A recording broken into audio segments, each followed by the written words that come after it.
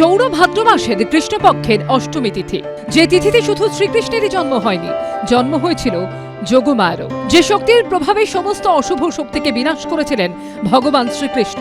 প্রতি বছরই দক্ষিণ কলকাতার লেক কালীবাড়িতে মহা ধুমধামের সঙ্গে পালিত হয় জন্মাষ্টমী উৎসব। এবারও জন্মাষ্টমীর আগে সেখানে সাজো সাজো রব, অপূর্ব রূপে সাজানো হয়েছে করুণাময়ী কালী মূর্তিকে।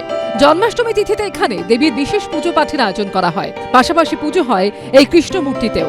জন্মাষ্টমী উপলক্ষে লেক কালীবাড়িতেও হয় বিশেষ পুজোর আয়োজন। কিন্তু এই জন্মাষ্টমীর পিছনে পুরাণের কি কাহিনী রয়েছে, কি বা এর তাৎপর্য, তা আমরা জেনে নেব এই লেক কালীবাড়ির প্রধান সেবায়িত নিতাই চন্দ্র বসুর থেকে। নিতাইবাবু, আপনার থেকে জানতে চাইব যে কি গুরুত্ব রয়েছে এই জন্মাষ্টমীর। প্রথমে পৌরাণিক কাহিনীতে থাকি। জন্মাষ্টমী ব্রতোৎসব সারা পৃথিবী জুড়ে সমস্ত হিন্দু ভক্তিভরে পালন করে। সৌর ভাদ্র মাসের কৃষ্ণপক্ষের অষ্টমী তিথিতে যখন রোহিণী নক্ষত্র এর প্রকাশ হয়, তখন জন্মাষ্টমী পালিত হয়। জন্মাষ্টমী বা কৃষ্ণ জন্মাষ্টমী ভগবান শ্রীকৃষ্ণের জন্মতিথি। এটি কৃষ্ণাষ্টমী বলে, গোকুলাষ্টমীও বলে, রোহিণী অষ্টমীও বলে এবং শ্রীকৃষ্ণের জয়ন্তী নামেও পরিচিত। শ্রীকৃষ্ণের মামা মথুরারাজ একবার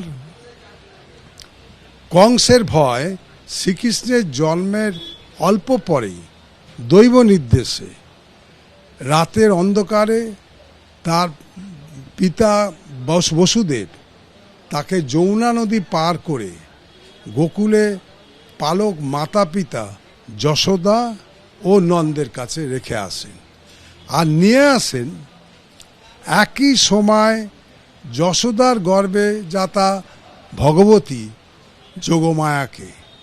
শ্রীকৃষ্ণের জন্মকালে চারিদিকে অরাজকতা, নিপীড়ন, অত্যাচার চরম পর্যায়ে পৌঁছেছিল। সেই সময় মানুষের স্বাধীনতা বলে কিছু ছিল না। দেবকীর অষ্টম গর্ভে শ্রীকৃষ্ণ আবির্ভূত হয়ে তার এই যোগমায়া শক্তির প্রভাবে ক্রমে সমস্ত অশুভ শক্তি বিনাশ করে সত্য ধর্মের প্রতিষ্ঠা করেন। জন্মাষ্টমী তাই শ্রী ভগবান ও শ্রী ভগবতীর পূর্ণ আবির্ভাব উৎসব। অন্যায়, অত্যাচার, নিপীড়নের বিনাশের আশায় এটি হচ্ছে মঙ্গলের শঙ্খরব। সেই জন্য ভারতের নানা অঞ্চলে আজও মহা সমারোহে, মহা উৎসবে এবং শ্রীকৃষ্ণের এই বিশেষ পূজা, ভোগদান এবং তা সেই ননিচুরি ইত্যাদি লীলার অভিনয় বিভিন্ন স্থানে এই তিথি পালন করা উদযাপনের একটা অঙ্গ। এবার হচ্ছে পদ্মপুরাণের ব্রহ্মসূত্র অনুসারে জন্মাষ্টমী ব্রত শোভনেও পাপ সব নষ্ট হয়। আর যিনি এই ব্রত আচরণ করেন তিনি অতুল ঐশ্বর্য, অনন্ত পুণ্য লাভ করেন। চিত্রসেন নামে এক রাজা ছিলেন। সেই রাজা ছিল অত্যন্ত দুশ্চরিত্রের এবং পাপপরায়ণ ছিলেন। একদিন ও করেছে কি, মৃগয়ায় বাঘের পিছু ধাওয়া করেছিল, করে অসফল হয়েছিল। তাতে স্বাভাবিকভাবে অবসন্ন হয়ে তার শরীরে যথেষ্ট কষ্ট হয়েছিল। সন্ধ্যায় তিনি যমুনা তীরে এলেন এবং সেদিন ছিল আবার শ্রীকৃষ্ণের জন্মদিন, রোহিণী যুক্তা অষ্টমী তিথি। দেবকন্যারা তখন গন্ধ, পুষ্প, ধূপ, দীপ এবং নানা সুশোভন পূজা উপহার এবং অন্নভোগ নিয়ে সেখানে জন্মাষ্টমী ব্রত পালন করছিল। সেই সুবাসিত অন্নভোগ দেখে রাজার তা খেতে লোভ হলো। কিন্তু সেই দেবকন্যারা রাজাকে বললেন, হে রাজা, শ্রীহরি জন্মাষ্টমীতে আপনি অন্নভোজন করবেন না। এদিনে অন্নভোজনে শুকুনি, গাধা, কাক এবং গরুর মাংস খেলে হিন্দুদের যে পাপ হয় সেই পাপের সমতুল্য পাপ তো আপনার হবে। যে ব্যক্তি দেহে প্রাণ থাকতে এই জন্মাষ্টমী না করে, মৃত্যুর পর তার অশেষ দুর্গতি হয়। এসবই পুরাণের কথা। আর তার পিতৃপুরুষরা স্বর্গ থেকে পতিত হন। রাজা চিত্রসেনও ফুল, ফল ইত্যাদি নিয়ে, বস্ত্র ইত্যাদি নিয়ে সহর্ষে এই ব্রত পালন করেন এবং ব্রত অনুষ্ঠানের পর তিথির শেষে পারণও করলেন। এবং ব্রতের প্রভাবে চিত্রসেন মরণান্তে দিব্য বিমানে আরোহণ করে পিতৃগণের সঙ্গে হরি গিয়ে উপনীত হল। এইসব পুরাণে আছে। মথুরায় গমন করে শ্রীকৃষ্ণের বদন কমল দর্শনে মানুষের যে ফল হয় পায়, কৃষ্ণ জন্মাষ্টমী ব্রতে সেই একই ফল লাভ করে।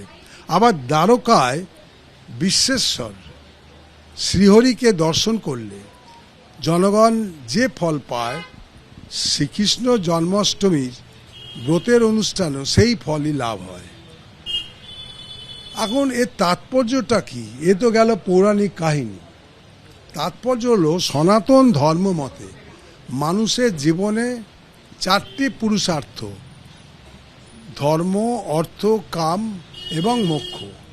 ভগবান শ্রীকৃষ্ণ সেই পুরুষোত্তম যার জীবনে এই 4টিরই সমন্বয়ের পূর্ণতা। অবশ্য ভক্তদের কাছে তার করুণা কটাক্ষে সমস্ত পুরুষার্থ মিলিয়ে যায়। তার গীতায় সনাতন ধর্মের মর্মবাণী এবং ধর্ম সমন্বয় বার্তা অনন্যভাবে ধ্বনিত। তাই তার জন্মদিন প্রতি সনাতন ধর্মাবলম্বীর কাছে মহাপূর্ণ দিন। নন্দ উৎসব এটা কি না, এটা হচ্ছে আনন্দ উৎসবের প্রতীক। সন্তান লাভের আনন্দে তখনই সার্থকতা যখন বাবা মা উপলব্ধি করে যে সেই সন্তানের মধ্যে দিয়ে স্বয়ং ভগবান এসেছেন জগতের এই আনন্দযজ্ঞে, বিচিত্র আনন্দলোকের ঐশ্বরিক রঙ্গে।